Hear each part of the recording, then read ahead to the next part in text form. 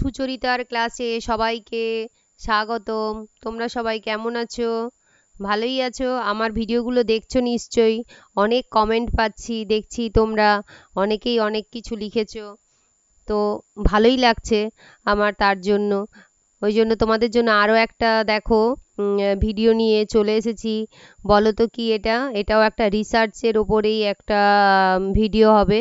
সেটা হচ্ছে research method and research methodology, মানে সামাজিক গবেষণা এবং গবেষণা পদ্ধতি, গবেষণা পদ্ধতি এবং গবেষণার পদ্ধতিবিদ্যা। তাহলে কি বললাম যে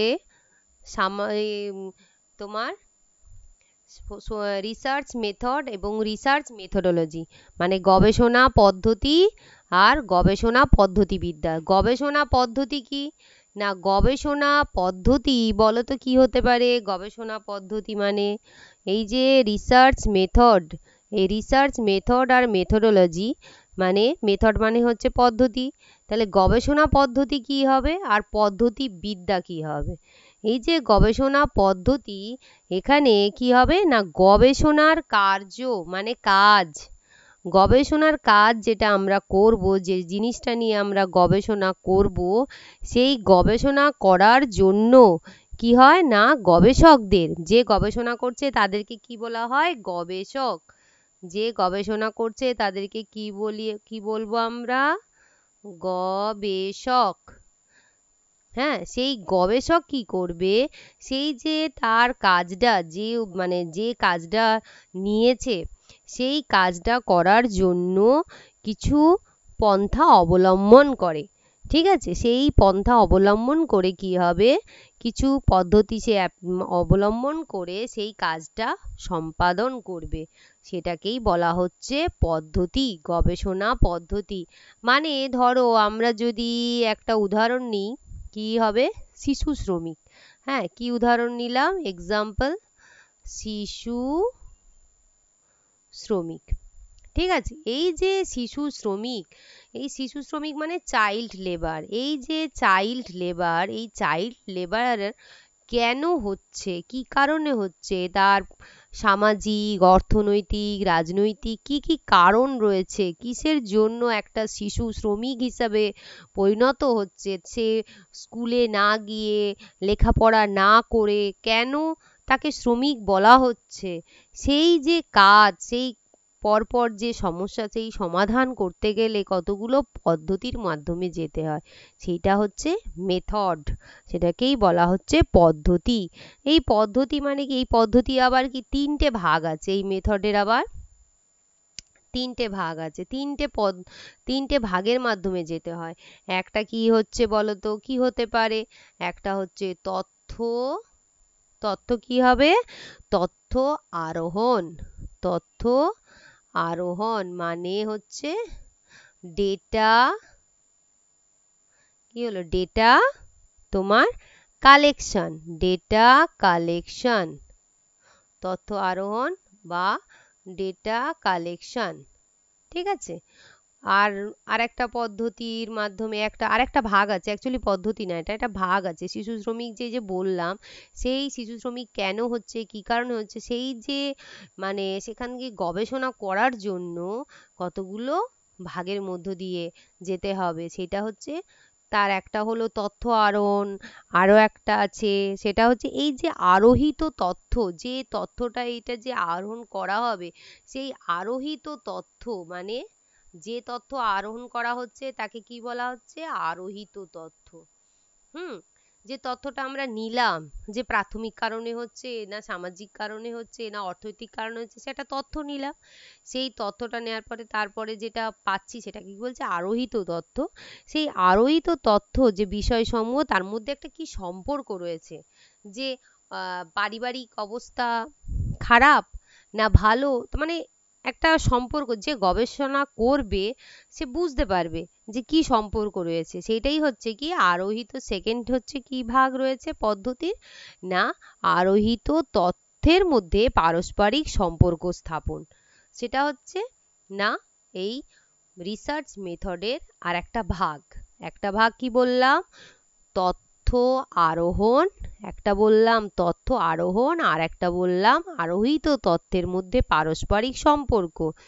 আর একটা ভাগ আছে প্রাপ্ত যে ফলাফল যেটা আমরা পেলাম তার মধ্যে কি সামঞ্জস্য রয়েছে সেটার একটা মূল্যায়ন করতে হবে।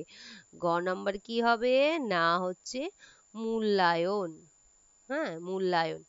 যে যে তথ্য আমরা পেলাম তার থেকে আমরা কি কনক্লুশন পেলাম। এইভাবে গবেষক কি করে এই তিনটে ভাগের মধ্য দিয়ে এই পদ্ধতিটাকে নিয়ে যায়, তার গবেষণাটা করে। এই জন্য এটাকে বলা হচ্ছে রিসার্চ মেথড। তাহলে রিসার্চ মেথড বলতে আমরা কি বুঝলাম বলো তো? হ্যাঁ, আমরা যেটা বুঝলাম সেটা হবে কি গবেষণার যে কাজ সেই কাজটা সম্পূর্ণ করার উদ্দেশ্যে গবেষকের দ্বারা কতগুলো ব্যবহৃত পন্থা বা পদ্ধতি সেটাকেই বলা হচ্ছে গবেষণা পদ্ধতি। বুঝতে পারলে? তাহলে কি বললাম যে গবেষণা কাজ বা যেটা সম্পাদন করার জন্য, মানে এক্সাম্পল ধরো শিশু শ্রমিক, সেই গবেষণার কাজ সম্পাদন করার জন্য গবেষকের দ্বারা ব্যবহৃত বিভিন্ন পদ্ধতি সেটাকেই বলা হচ্ছে গবেষণা পদ্ধতি। যেমন কি না যে মেথড যে পদ্ধতি সেই পদ্ধতিটা সম্পূর্ণ করার জন্য যে গবেষকের মানে বোঝার জন্য সমস্যার সমাধানে যাওয়ার জন্য সেই পদ্ধতির তিনটে ভাগ আছে। একটা কি তথ্য আরোহণ, আরোহিত তথ্যের বিশ্লেষণ, আর তারপরে যে প্রাপ্ত যে তথ্যটা হলো তার মূল্যায়ন। তাহলে কি বোঝা গেল যে গবেষণা পদ্ধতিটা কি জিনিস। এইবার আমরা কোনটা বলবো, গবেষণার মেথডোলজি। কি বললাম? এই যে মেথডোলজি, গবেষণার মেথডোলজি কি হবে? গবেষণার মেথডোলজি হবে তোমার মেথডোলজি কি হবে এই যে গবেষণা পদ্ধতি বিদ্যা। মেথডোলজি মানে গবেষণা পদ্ধতি বিদ্যা। এই গবেষণা পদ্ধতি বিদ্যা বলতে বোঝাচ্ছে যে গবেষণার যে সমস্যার সমাধানের যে উপায় বের করে দেবে, মানে তার যে বহুবিধ গবেষণা পদ্ধতি সমূহ ব্যবহার করা হবে, সেই যে পদ্ধতি সমূহগুলো ব্যবহার করা হচ্ছে তার সম্মিলিত মানে তার একসাথে টোটালটাকে বলা হচ্ছে পদ্ধতি বিদ্যা। বুঝলে? তাহলে কি বলছে যে গবেষণা পদ্ধতি বিদ্যা এমন একটা পথ নির্দেশিকা। বুঝেছো? একটা গবেষণা পদ্ধতি বিদ্যা কি হচ্ছে ভালো করে বোঝার চেষ্টা করো, এটা কিন্তু খুব সুন্দরভাবে বুঝবে, নাহলে পদ্ধতি আর পদ্ধতিবিদ্যা বুঝতে পারবে না। পদ্ধতি বিদ্যা, তাহলে পদ্ধতিবিদ্যাটা কি হবে না গবেষণা পদ্ধতিবিদ্যা হচ্ছে এমন একটা পথ নির্দেশিকা যাকে গবেষক, হ্যাঁ, সমস্যাবলী কিভাবে বিধিবদ্ধ প্রক্রিয়ার মাধ্যমে সম্পাদন করবে, কেমন করে তার গবেষণার ক্রিয়াটা মানে কাজটা কিভাবে সম্পাদন করবে, সে তার একটা স্বচ্ছ একটা পরিষ্কার ধারণা এই পদ্ধতি বিদ্যার মাধ্যমে তুলে ধরা হয়। বুঝাতে পারলাম? তাহলে পদ্ধতিবিদ্যা হচ্ছে না একটা পদ্ধতি সমূহকে কিভাবে সে তার কাজটা সম্পাদন করবে, সেই কাজটা পরপর কিভাবে গড়ে তুলবে, কতগুলো মানে পদ্ধতি ব্যবহার করবে, কিভাবে করবে, সেই যে তার এই টোটাল কাজটা কিভাবে করছে তার যে মানে প্রসেস, সেটাই হচ্ছে পদ্ধতিবিদ্যা। যখন আমরা গবেষণা পদ্ধতি বিজ্ঞান নিয়ে যখন আমরা আলোচনা করি তখন শুধু গবেষণার পদ্ধতিসমূহের কথা কিন্তু বলা হয় না, বরং সেখানে কি হয় পদ্ধতি নির্দিষ্ট কোনো গবেষণা সংক্রান্ত সমস্যার ক্ষেত্রে ব্যবহার করা কি হয় যুক্তিগুলিরও তুলে ধরা হয়। তাই না? যুক্তিগুলো তুলে ধরা হয়, শুধু পদ্ধতি তার যুক্তি তুলে ধরি। একই সঙ্গে কি হয় একই সাথে নির্দিষ্ট পদ্ধতি অথবা তার যে কৌশল ব্যবহার করে যে তোমার হচ্ছে করা হচ্ছে তার যুক্তিও তুলে ধরা হচ্ছে, কেমন করে কি কি পদ্ধতি ব্যবহার করা হচ্ছে, কেন করা হচ্ছে তার যুক্তি তুলে ধরা হচ্ছে। সেই যে সেই সেই যে মানে করা হচ্ছে, মূল্যায়ন করা হচ্ছে, সেটাই হচ্ছে অবশেষে তাকে আমরা কি বলছি না পদ্ধতিবিদ্যা, গবেষণার পদ্ধতিবিদ্যা। বোঝা গেল? এটাই হচ্ছে গবেষণা পদ্ধতি আর পদ্ধতিবিদ্যা কি জিনিস। তো এইবার হচ্ছে কথাটা, তোমরা তাহলে বুঝতে পারলে? যদি তোমরা আমার এই ভিডিও থেকে যদি বুঝতে না পারো, যদি তোমাদের মনে হয় যে আমাকে আবার বুঝিয়ে দিতে হবে, তাহলে তোমরা অবশ্যই আমাকে কমেন্ট করে জানাবে আবার বুঝিয়ে দেওয়ার জন্য। তাহলে আমি আবার তোমাদের গবেষণা পদ্ধতি এবং পদ্ধতিবিদ্যা আবার বুঝিয়ে দেব। ঠিক আছে? তো আজকে তোমাদের এই পর্যন্ত।